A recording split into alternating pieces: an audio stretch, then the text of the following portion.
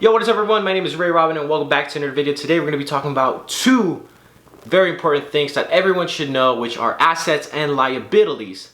Now before we begin, make sure to hit the like button and subscribe. It just helps me out a lot to make more of these kind of videos for you guys and to help you out in your personal financing, investing, and stuff like that. Okay, I'm gonna be honest, I did not learn these things when I went to school, and I really wish I did, and a lot of people probably wish that they learned this in school. So how do I make this easy for people like you or me to understand these two major concepts?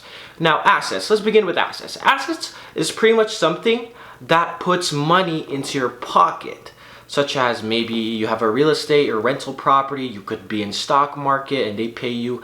Now I'm going to give you a list of examples that you could do to get more assets in your name.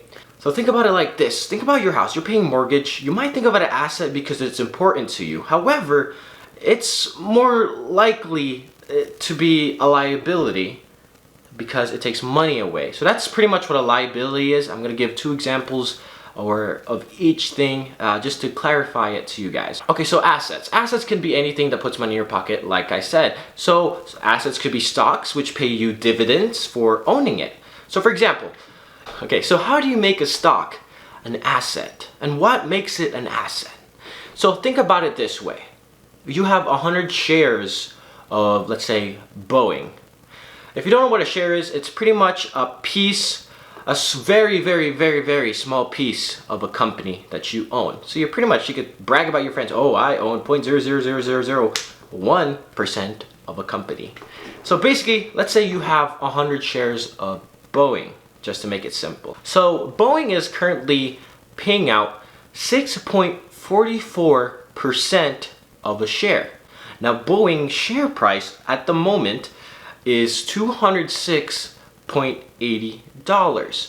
So what you want to do is to figure out how much you get in dividend payments a year, which this might trick some people. So you times the current price of a share times by the dividend that they're offering and equals that out, and you should get a specific price. Now with the specific price is how much they're paying a share for you to hold per year. Now let's say you have 100 shares of that. You times 100 with each share that they pay you out, and that's how much that they pay you per year.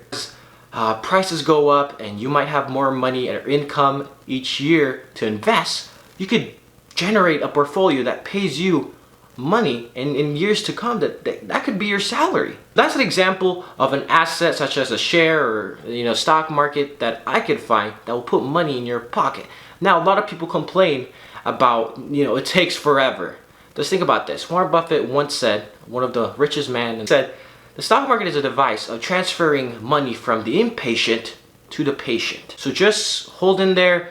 No matter how long it takes, you will get your vision. Whatever you see yourself as, it'll take time. Now, if you want to see the net worth of Warren Buffett over the course of his lifetime and how much exponentially he grows, and here's an example. So as you can see, time does work. It will take forever.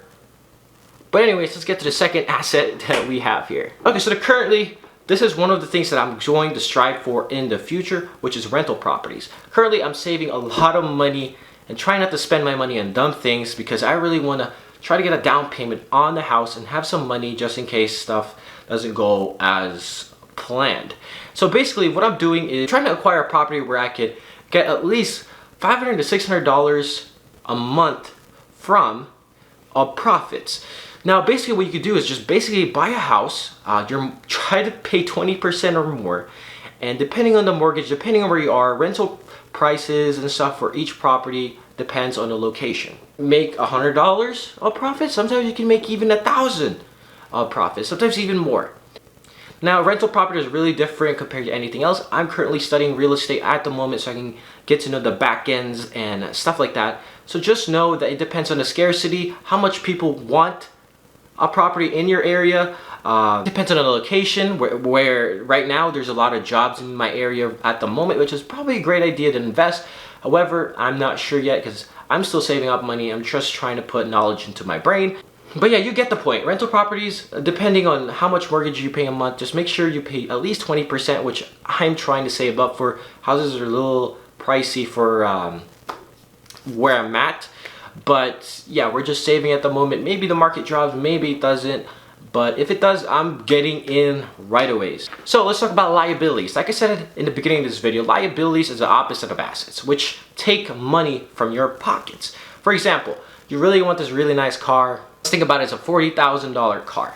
Sure, you're gonna be excited and, you know, passionate, and you're like, oh, I have this nice car and stuff like that. But over the years, over the course of 2 years, the excitement kind of goes down. Just know what you're getting yourself into. Don't make decisions based on emotions. Sure, it's a nice car, you really want it, you want to flex, but at the moment, no one really cares about your car or house or anything like that, because it has the same functionality as something that goes for $5 grand. Really, I guess, reliable. But just think about that. Put your ego to the side and think about finances. Don't be in debt because of your emotional, you know, viewpoints on certain things.